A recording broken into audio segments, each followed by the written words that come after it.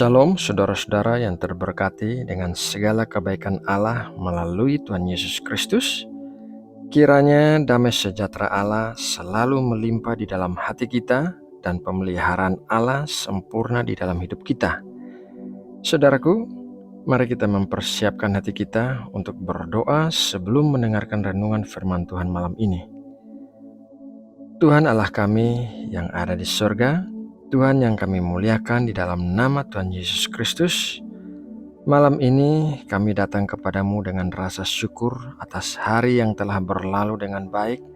Kami bersyukur buat setiap hal baik dan anugerah yang kami terima hari ini, karena kami percaya segala sesuatu yang baik berasal darimu.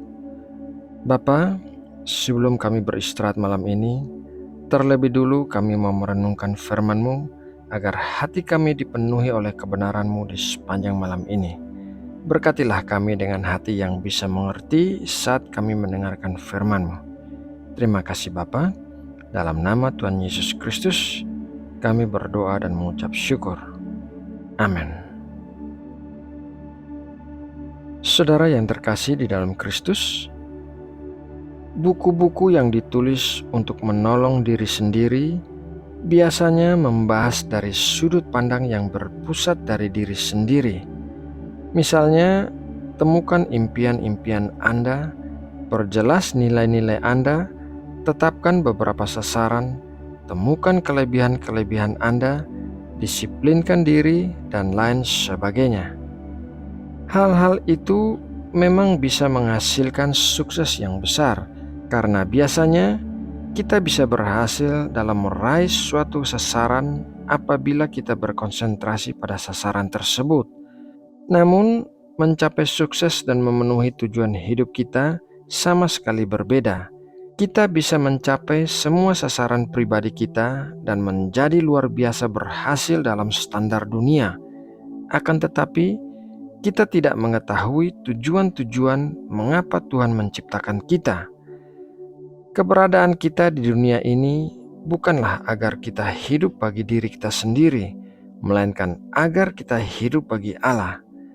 Hal ini diberitahukan dalam Kolose 1 ayat 16. Karena di dalam Dialah telah diciptakan segala sesuatu yang ada di sorga dan yang ada di bumi, yang kelihatan dan yang tidak kelihatan, baik singgasana maupun kerajaan, baik pemerintah maupun penguasa. Segala sesuatu diciptakan oleh Dia dan untuk Dia. Hidup bagi Allah memiliki arti sebagai berikut. Arti yang pertama adalah hidup yang tidak terpusat pada diri sendiri. Di dalam Galatia 2 ayat 19-20 dikatakan demikian. Sebab aku telah mati oleh hukum Taurat untuk hukum Taurat, supaya aku hidup untuk Allah. Aku telah disalibkan dengan Kristus, namun aku hidup, tetapi bukan lagi aku sendiri yang hidup, melainkan Kristus yang hidup di dalam aku, dan hidupku yang kuhidupi sekarang di dalam daging adalah hidup oleh iman dalam Anak Allah yang telah mengasihi aku dan menyerahkan dirinya untuk aku. Dahulu kita hidup dalam kedagingan dan hal-hal yang berdosa. Kita hidup bagi kesenangan kita sendiri. Namun setelah kita percaya kepada Kristus, kita harus meninggalkan kehidupan yang terpusat pada diri sendiri dan mulai hidup untuk melakukan kehendak Allah. Dalam segala sesuatu yang kita lakukan, kita harus melakukannya untuk memuliakan Allah, bukan memuliakan diri kita sendiri atau menonjolkan kekuatan dan kehebatan kita. Kita harus menyadari bahwa hidup kita saat ini adalah sebuah anugerah yang sebetulnya tidak layak kita dapatkan. Hidup kita bukanlah tentang diri kita sendiri, melainkan tentang Allah yang hidup melalui kita. Arti yang kedua adalah hidup yang melakukan pekerjaan baik.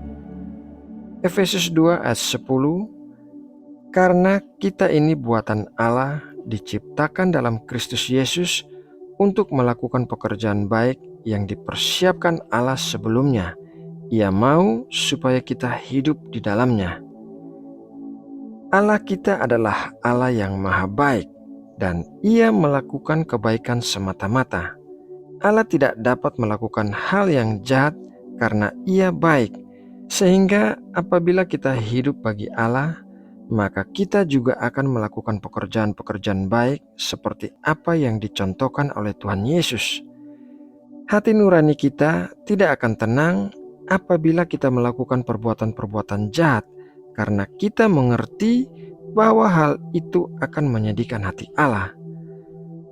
Arti yang ketiga adalah hidup dalam kasih.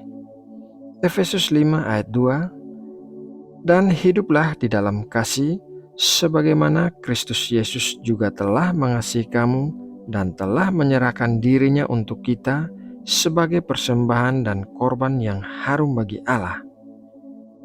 Hidup bagi Allah adalah hidup dalam kasih. Allah adalah kasih, dan apabila kita hidup bagi Allah, kita tidak dapat membenci sesama kita, melakukan pembalasan dendam, merancangkan sesuatu yang jahat terhadap orang lain, ataupun mencelakakan orang lain. Hidup dalam kasih berarti kita harus bersabar terhadap orang lain dan mengampuni orang-orang yang bersalah kepada kita. Hidup dalam kasih akan membuat kita berempati terhadap penderitaan orang lain dan memiliki belas kasihan terhadap sesama. Hidup bagi Allah pastilah harus hidup dalam kasih. Arti yang keempat adalah hidup sebagai orang merdeka.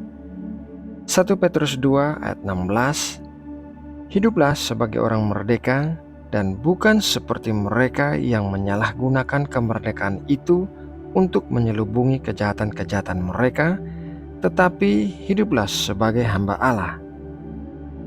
Meskipun kita dikatakan sebagai hamba-hamba Allah, namun kita hidup dalam kemerdekaan di dalam Allah. Kita tidak lagi dibelenggu oleh dosa dan maut. Kita tidak bisa lagi dibelenggu oleh kecanduan atau kebiasaan negatif, karena kuasa Allah mampu membebaskan kita dari semua itu.